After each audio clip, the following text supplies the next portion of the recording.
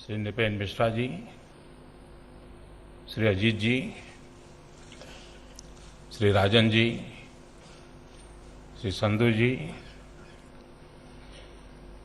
देश के भिन्न भिन्न राज्यों में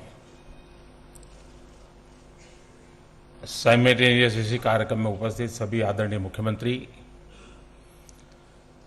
सभी आदरणीय मंत्री, सांसद महोदय, देवी और सज्जनों,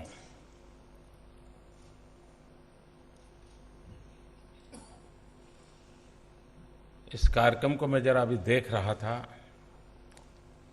बहुत सी चीजें मैं अलग तरीके से देख रहा था। आपने देखा होगा जिन्होंने इनाम प्राप्त किया है उसमें ज्यादातर नॉन हिंदी भाषी राज्य के लोग हैं और योजना का नाम उन्होंने हिंदी में दिया है।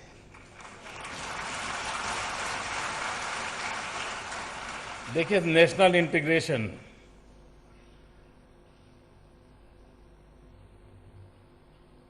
दूसरा आपने देखा होगा कि जिनके खाते खोले गए, जो कपल आए थे, सभी बहनें फेस्टिवल मूड के कपड़ों में थी, क्योंकि उनके लिए इतना बड़ा हक मिला, उनको बराबर समझ है। उनको पता है कि बैंक का खाता खुलेगा और खुद ऑपरेट कर पाएगी, अपने पैसे वहां जमा होंगे, उससे उसको जीवन में कितनी बड़ी सुरक्षा मिलेगी। उसके लिए इससे बड़ा कोई फेस्टिवल मूड उसका हो नहीं सकता है। ये आज खुशी की बात है कि आज बहुत सारे रिकॉर्ड ब्रेक हो रहे हैं। शायद इंश्योरेंस कंपनी के इतिहास में एक ही दिन में 1.5 करोड़ लोगों का अकस्मात बीमा, दुर्घटना बीमा 1 लाख रुपए का प्रति व्यक्ति का, शायद इंश्योरेंस कंपनी के जन्म से आज तक कभी नहीं हुआ होगा। ये अपने आप में एक बहुत बड़ा रिकॉर्ड है। बैंकिंग क्षेत्र के इतिहास में भी एक दिवस में 1.5 करोड़ नागरिकों के खाते खुलना, ये शायद बैंकिंग इतिहास का भी एक बहुत बड़ा रिकॉर्ड होगा।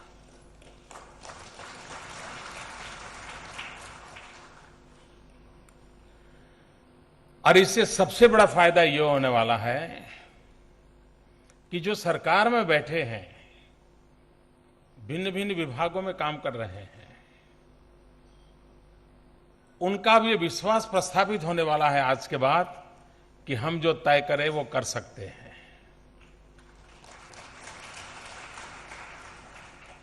और शासन चलता है शासक व्यवस्था में जुड़े हुए लोगों के विश्वास पर, उनको अपने पर विश्वास है, हाँ ये कर सकते हैं। ये एक ऐसा अचीवमेंट है जो सिर्फ बैंकिंग सेक्टर को नहीं, शासन व्यवस्था में जुड़े हुए हर व्यक्ति के कॉन्फिडेंस को अनेक गुना बढ़ा देगा। और उसके कारण भविष्य में जब भी कोई योजना पर इस प्रकार का मिशन बोर्ड में काम करना होगा तो हम बहुत आसानी से कर पाएंगे। ये विश्वास आज प्रस्थापित हुआ है। भारत सरकार के परंपरा में भी शायद एक साथ 77,000 पर प्लेसेस पर साइमल्टेनियस कार्यक्रम होना, इस प्रकार से एक व्यवस्था को एक विशिष्ट काम के लिए ऑर्गेनाइज करना,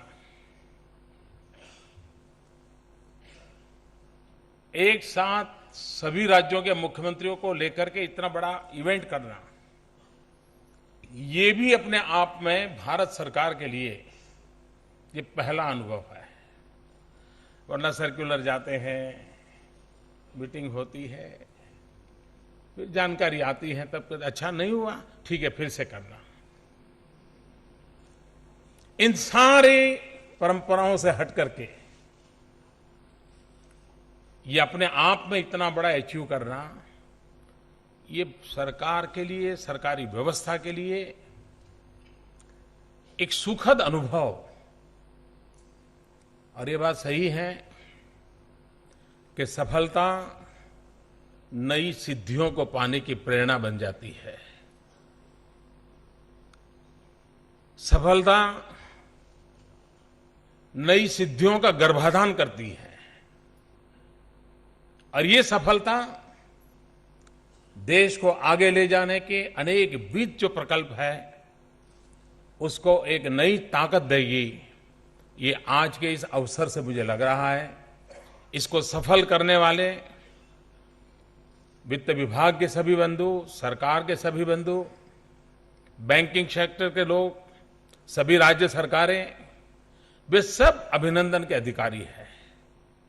और हम सब मिलकर के किसी एक गोल को अचीव करना चाहिए तो कितनी आसानी से कर सकते हैं, ये हमें ध्यान में आता है।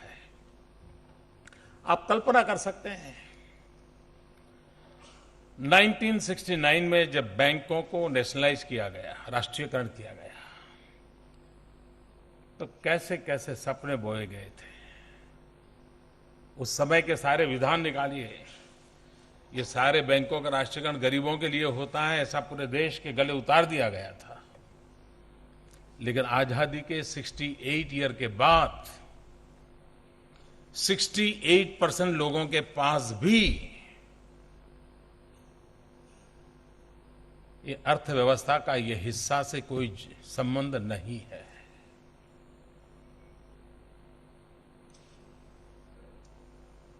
और इसलिए लगता है कि जिस मकसद से इस काम का प्रारंभ हुआ था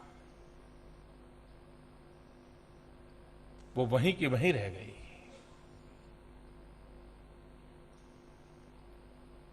मैं ये मानता हूं कि जब कोई व्यक्ति बैंक में खाता खोलता है तो अर्थव्यवस्था की जो मुख्य धारा है उस धारा से जुड़ने का उसका एक पहला कदम बन जाता है। आज जो 1.5 करोड़ परिवार या व्यक्ति जो भी जुड़े हैं वे अर्थव्यवस्था की मुख्य धारा में अपना पहला कदम रख रहे हैं। ये अपने आप में देश की आर्थिक व्यवस्था को गति देने के लिए एक महत्वपूर्ण सफलता है। आजादी के इतने साल के बाद और जो देश गरीबी के खिलाफ लड़ाई लड़ रहा है और गरीबी के खिलाफ लड़ाई लड़ने में अर्थव्यवस्था सबसे महत्वपूर्ण इकाई होती है। अगर उससे वो अछूत रह जाए,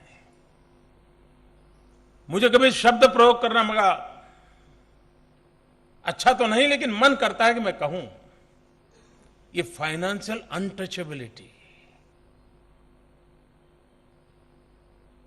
देश के 40% लोग जो भारत की अर्थव्यवस्था के हकदार नहीं बन पाते, उसके लाभार्थी नहीं बन पाते, तो हम फिर गरीबी को हटाने के काम में सफल कैसे हो सकते हैं। और इसलिए हमारा मकसद है, अगर महात्मा गांधी ने सामाजिक छुआछूत को मिटाने का प्रयास किया तो गरीबी को से मुक्ति पानी है, तो हमें फाइनेंशियल अनटचेबिलिटी से भी मुक्ति पानी होगी। हर व्यक्ति को फाइनेंशियल व्यवस्था से जोड़ना होगा और उसी के तहत इस अभियान को पूरी ताकत के साथ उठाया है। आज भी गांव गरीब परिवारों में जब जाते हैं तो देखते हैं कि माताएं बहनें बहुत मेहनत करके पैसे बचाती हैं, लेकिन उसको हर बार परेशानी रहती है। अगर पति को बुरी आदतें लगी है, व्यसन की आदत लग गई है, तो उस महिला को चिंता रहती है कि शाम को पैसे कहां छुपाए, कहां रखे, बिस्तर के नीचे रखे, तो वो ढूंढ के निकाल करके भाग जाता है लेकर के। उसको नशे की आदत लगी है। जब खाता खुल जाएगा उन महिलाओं को कितना आशीर्वाद मिलेगा हम लोगों को। और इसलिए बैंकिंग सेक्टर के जिन महानुभावों ने इस काम को किया है, आपने 20 साल नौकरी की होगी, 25 साल नौकरी की होगी, आपने बड़े बड़े मल्टी मिलियनर्स के खाते खोले होंगे, उनको पैसे दिए होंगे, लेकिन शायद आशीर्वाद पाने की घटना आज हुई है कि जब वो महिला खाता खोलेगी, आपको आशीर्वाद देगी और आपके जीवन में सफलता प्राप्त होगी। ये छोटा काम नहीं किया है आप लोगों ने, एक ऐसा काम किया है कि जिससे लाखों लाखों गरीब माताओं के आपको आशीर्वाद मिलने वाले हैं। आप कल्पना करें, ये कैसी व्यवस्था हमने विकसित की है। मैं किसी पर दोष नहीं देता हूं, मैं आत्मचिंतन कर रहा हूं। हमने कैसी व्यवस्था विकसित की है कि इस देश का अमीर व्यक्ति कम से कम ब्याज से धन पा सकता है। बैंक उसके दुकान बिजनेस हाउस पर जाकर के कतार लगा करके खड़ी होती है कि आप हमारे साथ बिजनेस कीजिए। बिजनेस के लिए आवश्यक होगा, वो कोई गलत करते हैं ऐसा मैं नहीं कह रहा हूं, लेकिन वो स्थिति है। और जो गरीब है, जिसको कम से कम ब्याज से पैसा मिलना चाहिए, वो अमीर से 5 गुना ज्यादा ब्याज से पैसे लेता है। वो साहूकार से पैसे लेता है और उसके कारण उसका शोषण भी होता है, एक्सप्लॉयटेशन होता है। हर प्रकार से उसके जीवन में संकट पैदा होने का वो कारण की शुरुआत हो जाती है। एक बार साहूकार से पैसे लिए, कभी उस चुंगाल से वो मुक्त नहीं हो पा रहा है और वो कर्ज में डूबा हुआ व्यक्ति आत्महत्या की ओर चला जाता है, परिवार तबाह हो जाता है। क्या इस देश की इतनी बड़ी बैंकिंग व्यवस्था, इतनी बड़ी फाइनेंशियल सिस्टम, उसका दायित्व नहीं है इस विष चक्र से गरीबों को मुक्ति दिलाए? आज गरीबों को विष चक्र से मुक्ति की आजादी का पर्व मैं मना रहा हूं।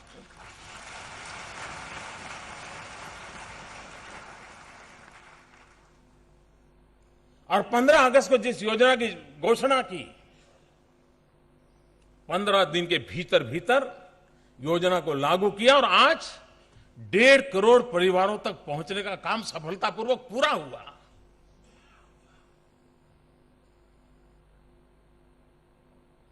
और आगे चल करके जरा उसकी विश्वसनीयता बनेगी, बैंकिंग व्यवस्था से बनेगी, उसके कारण बैंकिंग सेक्टर भी एक्सपांड होने वाला है।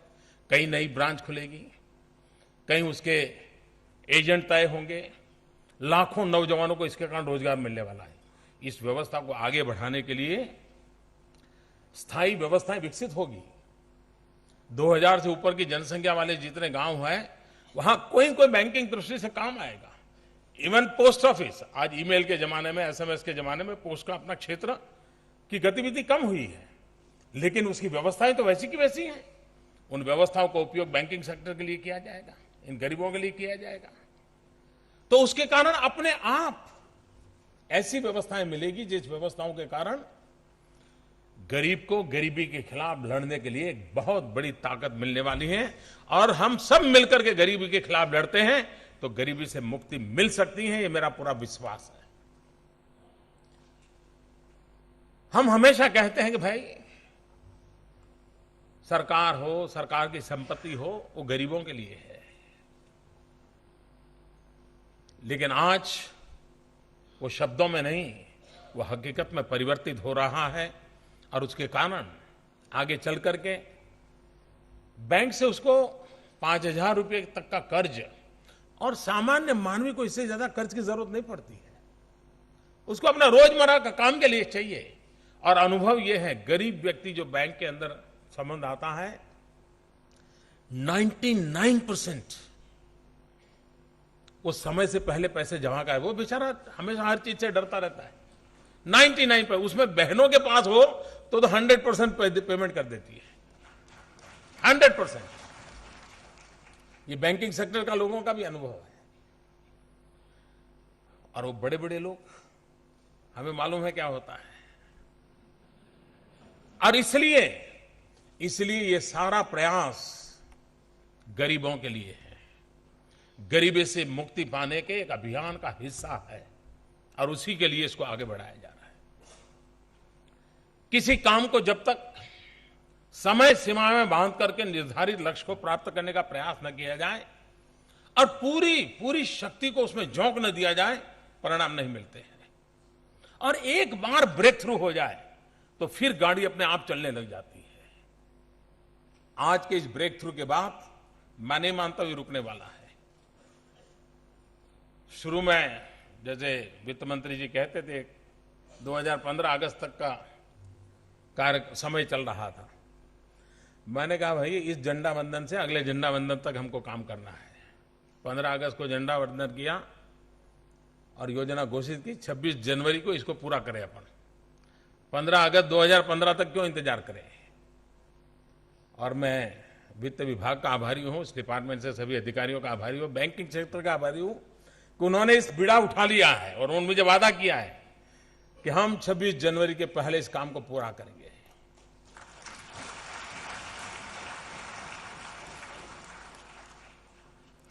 आज जो रुपया, ये जो क्रेडिट कार्ड मिल रहा है इन 1.5 करोड़ लोगों को, हम दुनिया के जो पॉपुलर वीजा कार्ड वगैरह हैं उससे परिचित है, विश्व में चलता है। क्या हम लोगों का इरादा नहीं होना चाहिए क्या कि हमारा रुपया कार्ड दुनिया के किसी भी देश में चल सके? इतनी ताकत हमारी होनी चाहिए कि नहीं होनी चाहिए? उसकी इतनी क्रेडिबिलिटी होनी चाहिए कि नहीं होनी चाहिए? आज के इस इवेंट के बाद उसकी पूरी संभावनाएं पैदा होगी।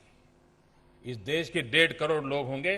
जैसे अमीर लोग कोई बड़ी रेस्टोरेंट में जाते हैं, खाना खाते हैं तो अपना कार्ड देते हैं और वो कार्ड में से डेबिट होता है। अब मेरे गरीब के पास भी वो कार्ड होगा, वो भी अपना डेबिट करवाएगा, वो सब्जी बेचता होगा।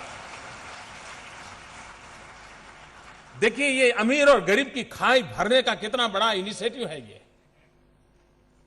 आज गरीब आदमी भी अपने हाथ में जब मोबाइल होता है ना, वो भी दूसरे को अपने आप को बराबर समझता है। उसके पास मोबाइल है, मेरे पास भी मोबाइल है।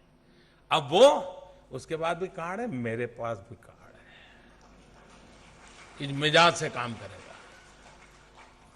एक मनोवैज्ञानिक परिवर्तन इससे आता है और आखिरकार मानसिक रूप से एक पक्का कर लेगा, हां मैं किसी की भी बराबरी कर सकता हूं, तो आगे बढ़ने में कोई रोक नहीं सकता है उसको। वो आगे बढ़ सकता है। और इसलिए एक स्पेशल स्कीम और भी हम जोड़ रहे हैं आज। 26 जनवरी तक, जिसमें आज जो 1.5 करोड़ लोगों ने किया है उनका भी समावेश होगा।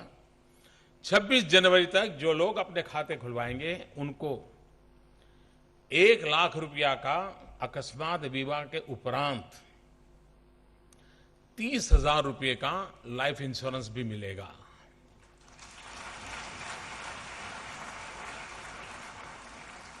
जो परिवार में कोई बीमार हुआ, कोई जरूरत पड़ी तो उसको काम आएगा। और 26 जनवरी तक ये लाभ मिलेगा। गरीब परिवार को 1,30,000 रुपये का ये व्यवस्था किसी भी गरीब के लिए काम आएगी, उसके परिवारजनों को काम आएगी। और कभी कभी बहुत सी बातें बड़े लोगों को समझ नहीं आती है, लेकिन सामान्य मानवी अपने बात को बहुत पकड़ लेता है, तेजी से पकड़ता है। जब 15 अगस्त को लाल किले से मैंने इस बात को कहा, दूसरे दिन ज्यादा और उस दिन शाम को भी मैंने कोई टीवी डिबेट में इस बात को सुना नहीं था। नहीं दूसरे दिन अखबार में भी इस बात को मैं ज्यादा मेरे कान पर पड़ी थी, न आंख के सामने आई थी।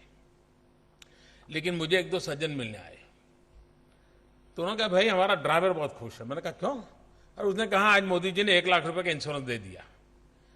गरीब आदमी को चीजों की कितनी समझ है, कितनी तेजी से उन चीजों को पकड़ता है, उसका एक उदाहरण है। विधिवेत्ताओं को शायद पता नहीं होगा कि 1 लाख रुपए का इंश्योरेंस दिया गया है, वो एक बहुत बड़ी योजना है। हिंदुस्तान के एक ड्राइवर को, गरीब आदमी को पता है कि उसके भाग्य को बदलने की एक शुरुआत 15 अगस्त को तिरंगा झंडा फहराने के साथ हुई है। ये बात उस तक पहुंच गई है। और यही चीजें हैं जो बदलाव लाती है, और उन बदलाव लाने की दिशा में हमारा प्रयास है। हमारे यहां शास्त्रों में ऐसा कहा गया है, सुखस्य मूलम धर्म।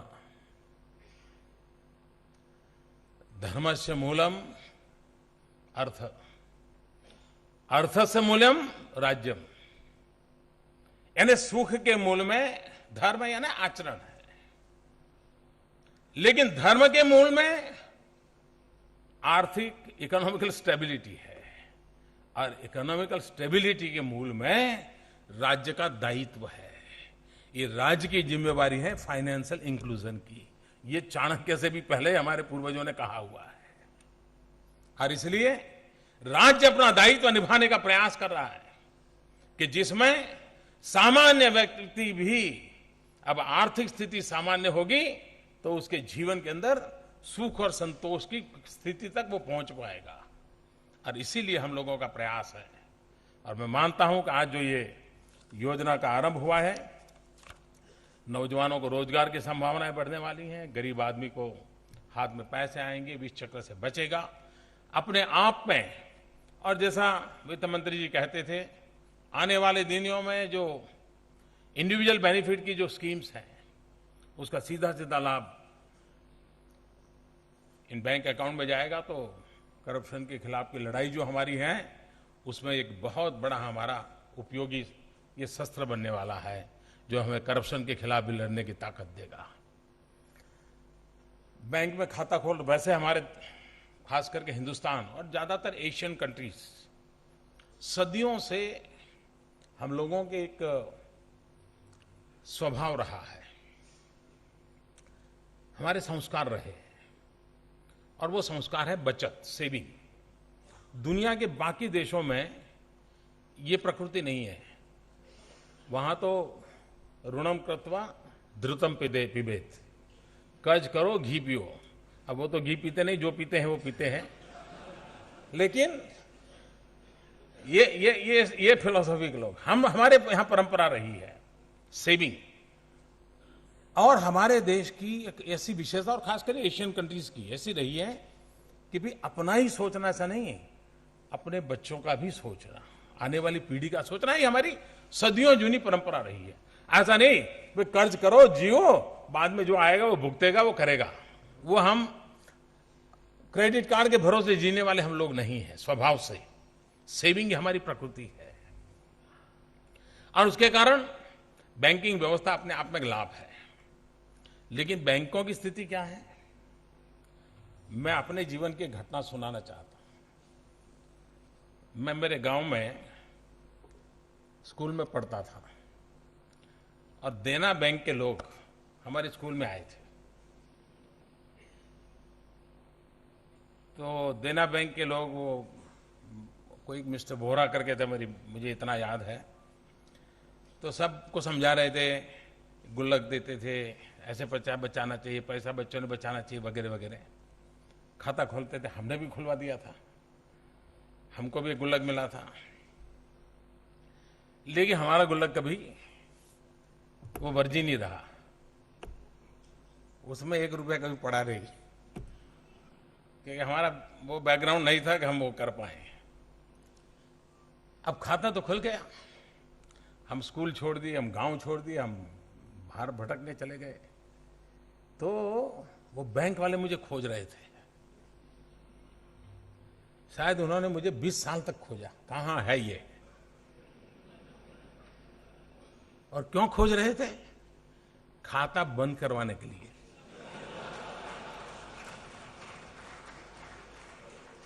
वो बोले भाई हर साल ये तुम्हारा लाभों को कैरी फॉरवर्ड करना पड़ता है, कागजी कार्रवाई इतनी करनी पड़ रही है, तुम मुक्ति दो हमको। तो बाद में मुझे पता चला कि खोज रहे हैं, तो मैंने फिर, अब जिन्होंने मुझे खाता खोला तो बेचारे रिटायर्ड भी हो गए थे, खैर मैंने फिर देना बैंक को मुक्ति दे दी। तो वो एक समय था कि खाता बंद करवाने के लिए भी कोशिश की जाती थी। आज खाता खोलने के लिए कोशिश हो रही है, और मैं मानता हूं यहीं से गरीबों की जिंदगी के सूर्योदय का आरंभ होता है।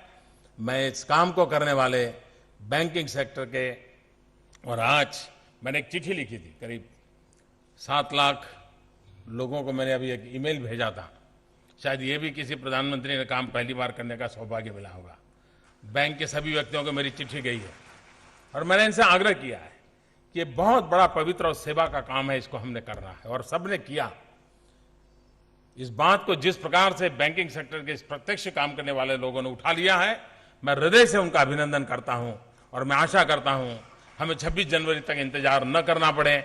26 जनवरी से पहले हम लक्ष्य को प्राप्त करें और देश में आर्थिक छुआछूत का जो माहौल है उससे मुक्ति दिलाएं, ब्याज के विष चक्र से आत्महत्या की ओर जा रहे उन परिवारों को बचा लें और उनके जीवन में भी सुख का सूरज उगले, इसके लिए प्रयास करें। इसी एक अपेक्षा के साथ सबको बहुत बहुत धन्यवाद, बहुत बहुत शुभकामनाएं।